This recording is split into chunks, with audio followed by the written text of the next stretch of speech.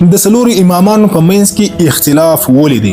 امام شافعي صاحب یو څه وایي، امام ابو حنیفه صاحب بل څه وایي، امام مالک صاحب بل څه وایي، او حالانکه دا ټوله پر حق باندې او دا ټوله به جنت ته ځي.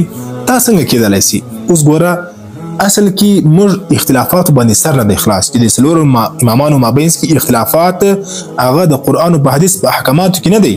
د قرآن چې کوم احکامات دي دې ټولو کې دا څلورو سره متفق دي، یو هم په دې کې اختلاف نه لري.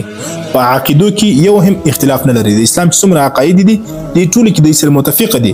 په صحیح احادیث سره چې کوم احکامات ثابت دي دې ټولو کې د سره متفق دي، یو د بل اختلاف نه لري، ولیکن اختلاف فروعي مسایلو کې دي.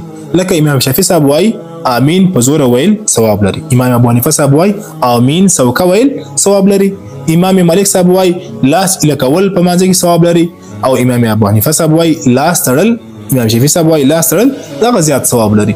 اختلافات چې دي فروعي مسایلو کې دي. دا اختلافات ولې رالل؟ ځکه بعض موقع باندې نبی اسلام یو حدیث مبارک ویلی او بعض موقع باندې بل ویلی. وس چې کم څوک پر دې باندې عمل کوي هغه ځان دلیل لري. یو دا وایي چې د نبی اسلام دا عمل د اول زمانه ده او اخر زمانه ده دا نه و، لہذا موږ پر هغه حدیث باندې عمل کوو چې هغه په اخر زمانه کې نبی اسلام په ژوند کې چې هغه عملي سوی دی. او بیا د څلورو امامانو کې د یو لار نیول دا پر هغه چا باندې واجب ده چې کم څوک مجتهد نه وي، چې کم څوک د قرآن او د حدیث علم نه لري. لکه په صحابو کې چې بعض صحابو ته د قرآن او حدیث مبارک علم نه ولو، هغه ولاړل بیا ابن عباس رضی الله عنه